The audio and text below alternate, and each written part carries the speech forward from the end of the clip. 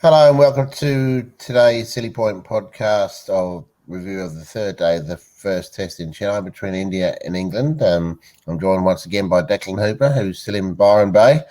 Declan, how are you, mate? Good, mate. Good. Day 3, definitely moving day. Hey, good. Another good day for England. Yeah, indeed. It's some good bowling by Jofra and Dom Bess. He's actually stood up quite well, and Joe Root just can't do anything wrong. That's one of the catches of the year, maybe the catches of the last few years, I suppose, to get rid of Rahane. It's a magnificent catch. He can't do anything wrong at the moment. Yeah, well, I mean, start from the start. I mean, 578 the total end up.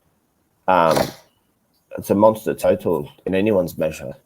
And I think it just like India probably had a decent day, all things considered. However, that monster total just puts them on the back foot to start off with. Yeah, it does.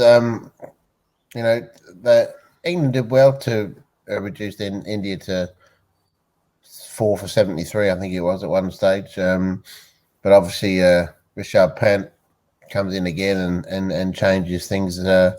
His assault on Jack Leach was pretty brutal. And he obviously watched how Ben Stokes did it for England with the ball turning out the rough outside his off stump. If he played like passively, he probably would have got out quite quickly. But he decided to take Leach on, and it worked for him big time. Well, I think that's the third test in a row where Rishabh Pant has gone to play long with the spinners, and I mean, I get the commentators kept kind of saying he's taken a risk by hitting long, but I think playing through the ball is not a bad tactic against the spinners, especially when you say bowling into the rough. I mean, what is risk when it's like that? You know what I mean? When he was coming down the track to negate that rough, he wasn't going to get there. Jack Leach didn't seem to know how to compensate for that. He just kept serving it up, and at one point he was going for almost 10 runs and over. So it was it was pretty exciting stuff when Pant's there. It's great to watch when he's actually going like that, and it's he's a breath of fresh air for Test cricket. I'd go and watch him any day of the week. It's just like he goes in T20 mode any time he can.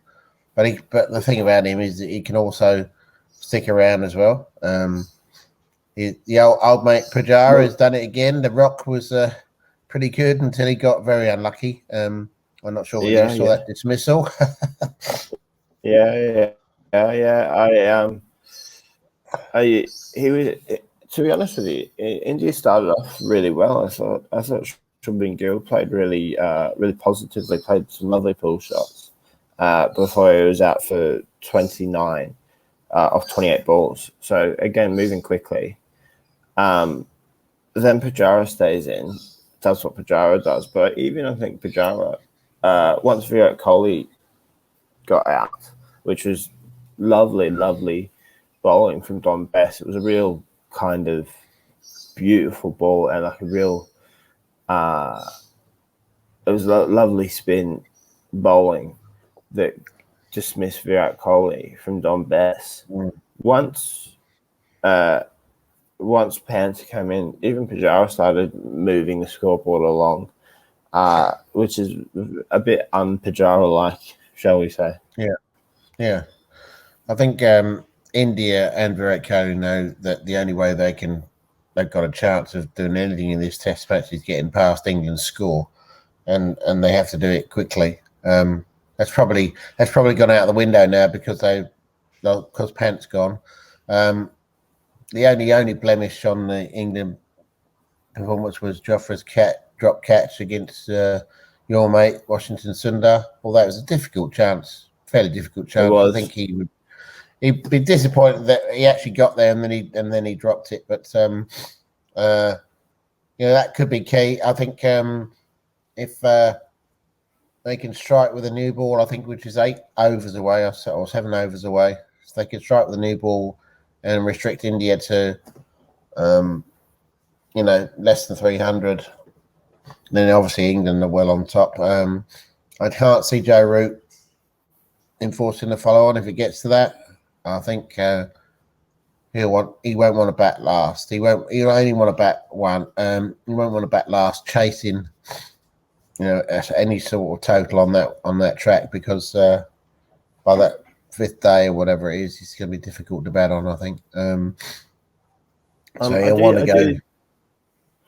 I do still think that India, like we saw India's resilience, and when they've got players like Pujara, they can bat for a day and a half if they need to, if it comes to that and they're playing for the draw. They saw how well they did in Australia playing for the draw on the last day.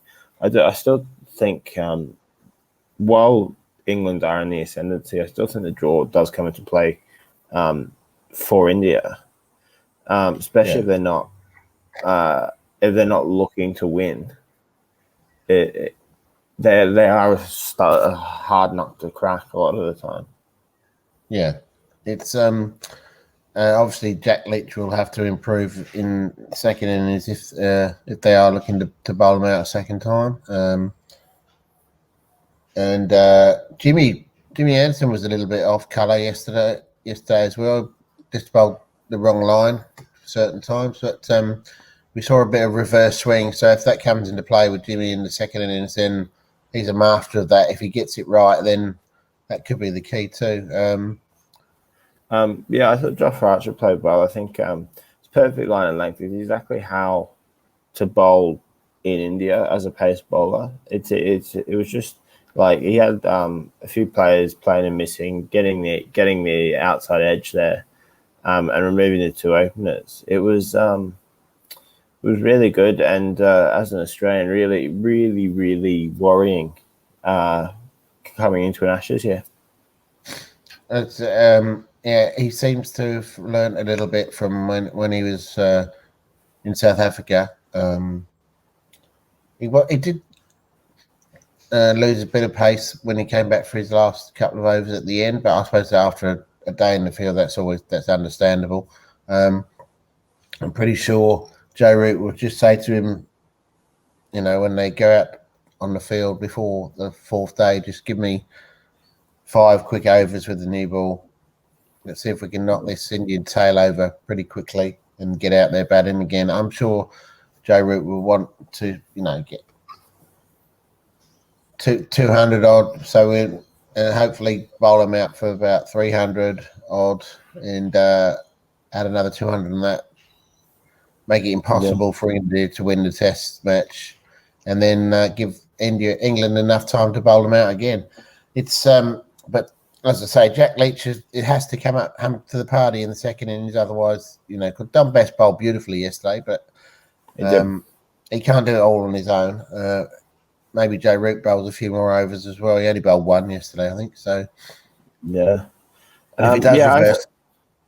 If it does reverse swing, then Ben Stokes will come into play as well. So I thought that's probably Don Best's best spell as an England bowler. I mean, he took the 5-5 in Sri Lanka, but that was under very different circumstances. But he was.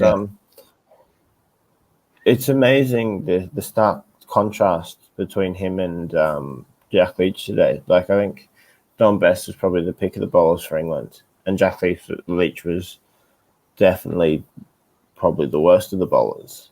I don't know if that's just Jack Leach being the left-hander, not the conditions not suiting him, but I do think he needs to be better in India. I mean, I think they're pretty lucky to be picked originally. So for him to then go out and get thumped in the way that he has, it does put a bit of pressure on him, I think. Yeah, it does. And but look, if it was only, I mean, he wasn't just Rishabh Pant that was getting after him either. So, but that he should be able to change it a little bit and maybe just drag his length back a little bit. Maybe he's bowling a bit too full, allowing Pant to come down the track to him. I can understand what they were trying to do. We're trying to tempt Pant to make a rash shot, which they eventually did, but he'd already scored. He'd scored about 91 by then. So, yeah, it's. I think early wickets are key on day 4. Like we say that if you get one of these last two, Ashwin obviously can bat. He's made 3 Test hundreds, I think it is, or 4 maybe. And obviously Washington's did well in Australia when he came in on that final test. So get one of those two out, you're into the bowlers, and I can imagine that being mocked up pretty quickly with Jofra and Jimmy. But yeah, you never know with India. They could easily what they did in Australia on that final day with that final test match with Washington and Thakur.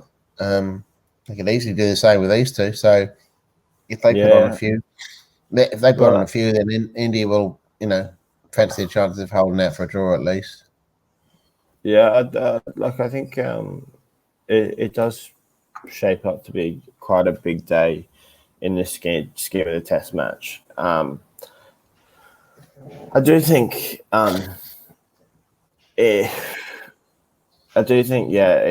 it's just that score, that gigantic first innings score. It's as much a mental game as it is anything else.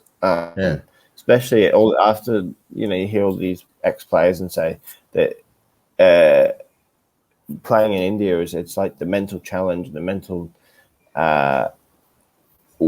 toughness that you have to play in India. Chris Silverwood and Joe Root had been asked, if they'd been in this position before the game, they'd have snapped your hand off to be there. But like I say, it's all about finishing the job off now. Because they should really win this Test match from where they are now if they can bowl well.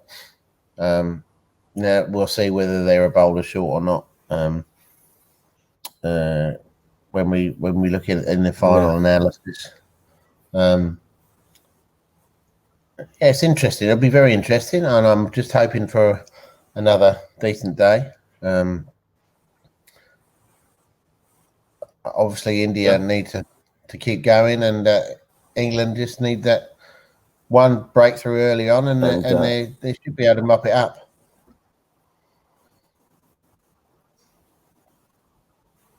Yeah, well, I mean, it's again all to play for, as we said. Massive session tomorrow morning. This morning. So we'll be there to cover it again tomorrow morning. Thanks for your time again, Phil. Make sure you like and subscribe this video, and catch us again tomorrow morning. Cheers. Thanks, Dex. See you later.